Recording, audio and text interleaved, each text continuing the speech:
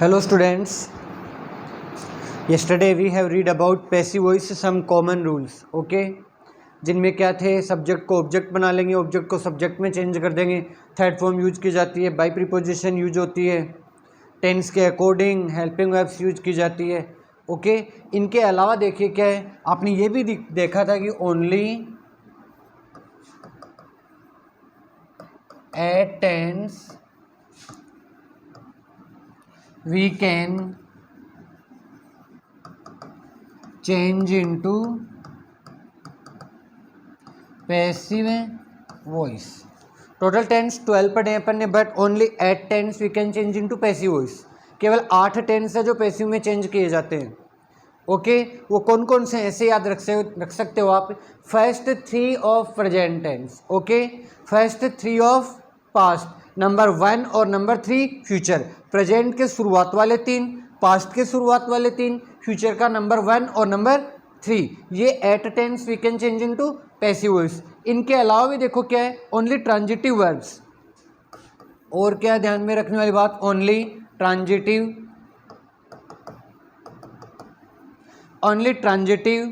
verbs we can change. Only transitive verbs we can change into passive voice. Transitive verbs जिनको क्या बोलते हैं, सकर्मक क्रिया जिनके साथ कर्म होता है, ऑब्जेक्ट होता है. मतलब ऑब्जेक्ट जिन जिन वर्ब्स के साथ है वो वर्ब्स अपन पैसिव में चेंज कर सकते हैं. Only transitive verbs. Intransitive verbs we can not change into passive voice, but in some conditions. देखिए आगे, but in some conditions we can change intransitive verbs.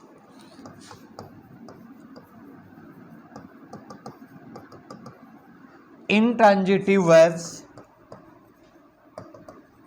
into passive voice. Only transitive verbs we can change into passive voice, but in some conditions intransitive verbs also we can change into passive voice. वो कौन सी condition है, देखिए वो condition है to use with prepositions. कब use की जाती है, to use with prepositions.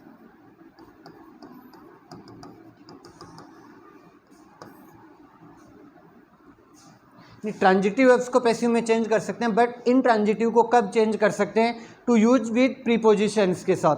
Example देखिए इनका कैसे प्रीपोजिशन के साथ. Example, he aimed at the bed. He aimed at the bed. तो देखिए इनमें एट प्रीपोजिशन यूज हुई है.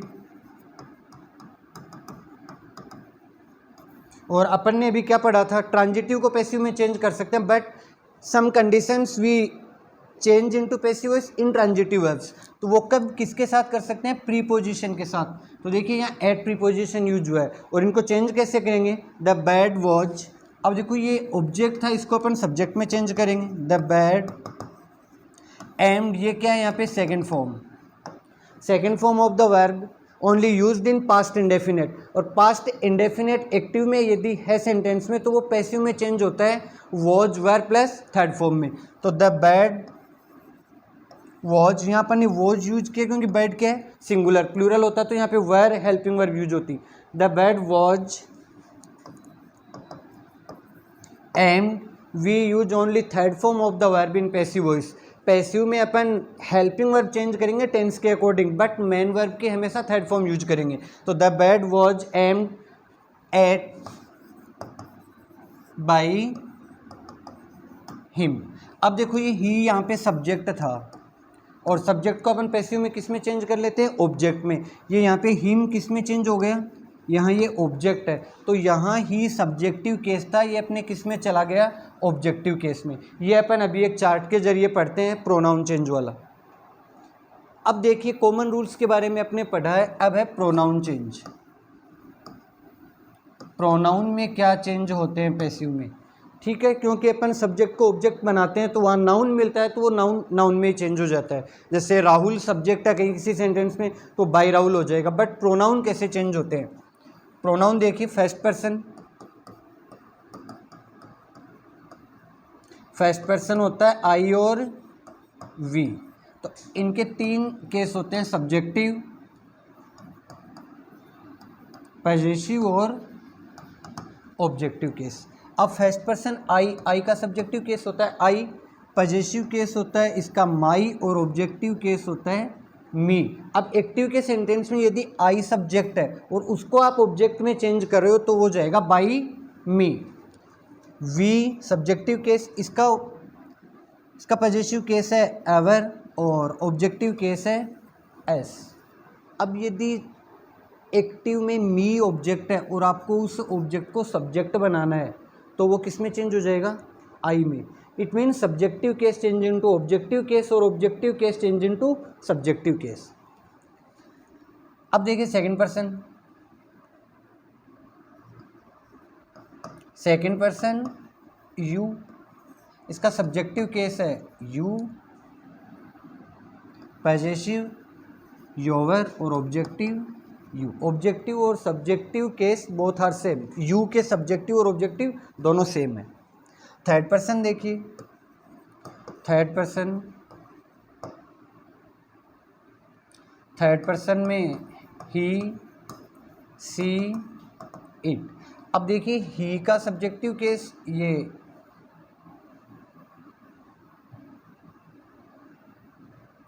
ही, पॉजेसिव हिज और ऑब्जेक्टिव हिम। एक्टिव में ही सब्जेक्ट होता है तो बाई हिम में चेंज हो जाएगा, और उधर यदि एक्टिव में हिम ऑब्जेक्ट है तो वो चेंज होके ही हो जाएगा।